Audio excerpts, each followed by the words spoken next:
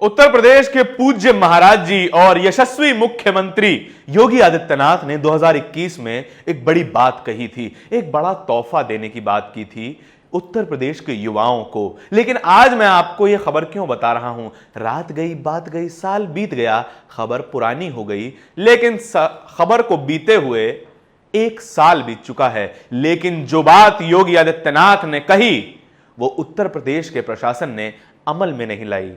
देखिए कैसा खराब प्रशासन है। हमारे योगी आदित्यनाथ इतनी मेहनत करते हैं, इतने जतन से काम करते हैं, हिंदू समाज को मजबूत करने की कोशिश करते हैं, लेकिन उनका प्रशासन उनका साथ नहीं देता है। या मैं कहूं वादा बोगस था, जो बात कही थी वो झूठी थी। लेकिन मैं ऐसा क्यों कह रहा हूं? आज मैं आपको एक ऐसी खबर बताने जा रहा हूं जो कि आपके बच्चों के भविष्य से जुड़ी है, जो आपके भविष्य से जुड़ी है। उत्तर प्रदेश में अक्टूबर का महीना था 2021 साल और दिन था उत्तर प्रदेश पुलिस दिवस। इस मौके पर योगी आदित्यनाथ ने कहा कि आने वाले समय में 25 से 26 हजार उत्तर प्रदेश में पुलिस की भर्तियां आने वाली हैं। बड़ी भर्तियां होने वाली थी, 25 हजार एक साथ भर्ती आना बड़ी बात है। लेकिन आए उससे पहले चुनाव, और चुनाव में यह बात, यह वादा ठंडे बस्ते में चला गया और गरमाया तब जब आया महीना जून 2022। 22 जून 2022 को यूपीएसआई का रिजल्ट आया और उसी रिजल्ट के 12वें पॉइंट में लिखा था कि आने वाले समय में यह बात कंफर्म की जाती है कि 25 से 26 हजार यूपी पुलिस की भर्तियां निकाली जाएंगी। और धीरे धीरे करके यह संख्या बढ़नी शुरू हो गई। पहले संख्या थी 26,382 कांस्टेबल के पद, उसमें जोड़े गए 8700, 8,700 पीएसी के पद, फिर और उसमें जोड़े गए 1532 लगभग जेल वार्डर के पद। कुल मिला के हो गए 36,664 पद।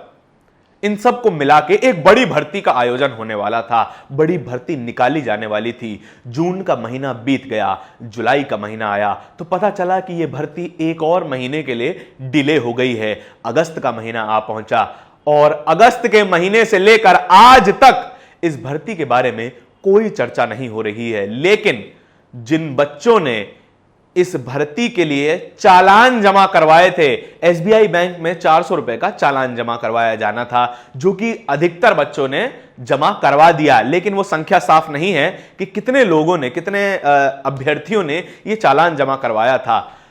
400 रुपए का चालान भी ले लिया गया, लेकिन एग्जाम की डेट अभी तक नहीं आई और महीना आ चुका है अक्टूबर का। योगी आदित्यनाथ की कही हुई बात को एक साल बीत चुका है। भर्ती की संख्या बढ़ते बढ़ते लगभग 40,000 के आसपास हो गई है और इसी 40,000 की संख्या में वो पद भी जोड़ दिए गए हैं जो जनवरी 2023 में आने वाले हैं।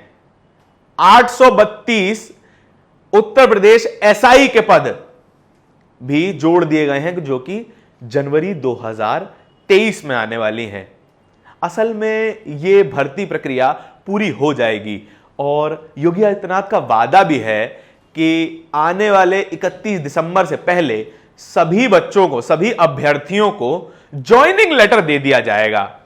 अब ज्वाइनिंग लेटर कैसे दिया जाएगा यह मेरी समझ से बाहर है, क्योंकि महीना अक्टूबर का चल रहा है, एग्जाम नहीं हुए हैं, नवंबर में हम दाखिल होने वाले हैं और दिसंबर 31 को हम सभी पदों पर ज्वाइनिंग लेटर कैसे दे पाएंगे? यदि कोई चमत्कार न हो गया, यदि भगवान कल्कि ने अवतार न ले लिया, तो इसके अलावा कोई ऐसे आसार नहीं हैं जो इस वादे को संभव बना सकें। लेकिन हो भी सकता है। 2024 के चुनावों में बहुत ज्यादा देरी नहीं है।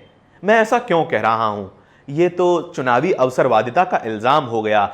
असल में हर सरकार पर यह इल्जाम लगाया जाना चाहिए। 2019 को याद कीजिए, 2019 के चुनाव थे, आम चुनाव लोकसभा के।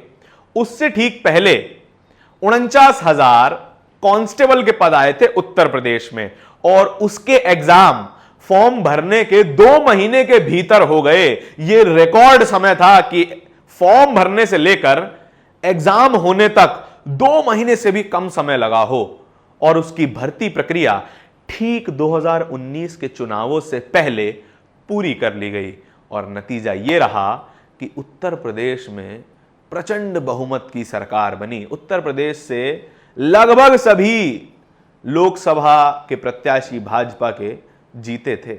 इस बात को ध्यान रखिएगा। और चुनाव 2024 का बहुत ज्यादा दूर नहीं है, तो क्या पता ये 40,000 की संख्या भी पूरी हो जाए और इस 40,000 की संख्या को ढोल पर चिपका कर पूरे 2024 के चुनाव में बजाया जाए कि हमने 40,000 एक मुश्त नौकरियां बांट दी उत्तर प्रदेश में, इसीलिए आप हमें वोट दीजिए। नौकरियां तो बांट दी, लेकिन बेरोजगारी के आंकड़े का क्या करेंगे? जो CMIE बताता है कि भारत में 7.8% की बेरोजगारी है, यानी कि जितने युवा काम करने को सक्षम हैं और काम ढूंढ रहे हैं, उनमें से 7.8% युवा बेरोजगार हैं। उनको किसी भी तरह की नौकरी नहीं मिल पा रही है। ये सारी संख्या तो आपने जान ली, लेकिन ट्विटर पर क्या चल रहा है? ट्विटर पर लगभग 10 लाख छात्र, 10 लाख अभ्यर्थी ऐसे हैं जो ट्रेंड करवा रहे हैं। आपको अपनी बातें मनवाने के लिए सरकार की व्यवस्था पर भरोसा करने की जरूरत नहीं है। आपको अपनी आवाज हमेशा ट्विटर के जरिए बुलंद करनी पड़ती है। आप देख लीजिए SSC 2018 को, आज तक भी उन बच्चों को ज्वाइनिंग लेटर नहीं मिले हैं। वादा था 60,000 बच्चों को जो है नौकरी देने का, मिली केवल 54,000 को। 6,000 बच्चों का भविष्य का क्या, वो सिर्फ और सिर्फ प्रश्नवाचक चिन्ह के भरोसे है। SSC के बारे में देख लीजिए, MPPSC के बारे में देख लीजिए, बिहार में तमाम जो भर्तियां निकली उसके बारे में देख लीजिए। आए दिन तो इस देश में पेपर लीक होते रहते हैं, तो हम सरकारी नौकरियों की उम्मीद इस सरकार से कर कैसे सकते हैं? लेकिन चुनाव के भरोसे आप रह सकते हैं, क्योंकि ठीक चुनाव से पहले ये भर्तियां आई हैं और अभी तक एग्जाम की डेट का अनाउंसमेंट नहीं हुआ है। अभी तक टेंडर तो जारी हो गया है, लेकिन एग्जाम कब होगा ये पता नहीं। दूसरा सबसे बड़ा सवाल इस पूरी भर्ती प्रक्रिया में जो छात्रों के मन में है, अभ्यर्थियों के मन में है, वो ये है कि जब तक एग्जाम की डेट आएगी तब तक कहीं मैं ओवर एज ना हो जाऊं। ये डिपेंड करता है टेंडर किस साल में लाया गया है। टेंडर आया था 2021 में, और उत्तर प्रदेश की जितनी भी भर्ती प्रक्रिया होती हैं वो गिनी जाती हैं, जो उनकी एज गिनी जाती है वो 1 जून से गिनी जाती है। जिस भी साल का टेंडर, उसी साल की 1 जून तारीख को आप कितने वर्ष के थे उस पर आपका एलिजिबल होना और अनएलिजिबल होना डिपेंड करता है। मान लीजिए टेंडर जो है 2022 में आया, तो 2022 की जून 1 तारीख को आप किस उम्र के थे, आप ओवर एज थे कि अंडर एज थे, वो उस पर डिपेंड करेगा।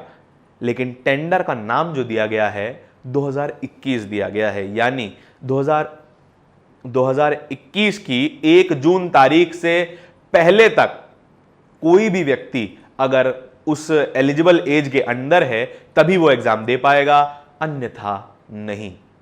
1 साल बीत चुका है और कितने ही छात्र ओवर एज हो चुके होंगे, इसका किसी को ख्याल नहीं है। इस पूरी खबर के बारे में आपके क्या विचार हैं? आप क्या सुझाव देना चाहते हैं नेशनल दस्तक को कि वो अपनी वीडियोस में किस तरीके से सुधार करे, ये भी कमेंट सेक्शन में जरूर बताएं। धन्यवाद। नेशनल दस्तक की आपसे गुजारिश है कि अगर इसको बचाना चाहते हैं तो नेशनल दस्तक को सब्सक्राइब करने के लिए रेड कलर के सब्सक्राइब बटन को दबाएं, फिर बेल आइकन की घंटी दबाएं। नेशनल दस्तक को बचाने के लिए बहुत जरूरी है कि हर खबर को शेयर करें, लाइक करें, कमेंट जरूर करें।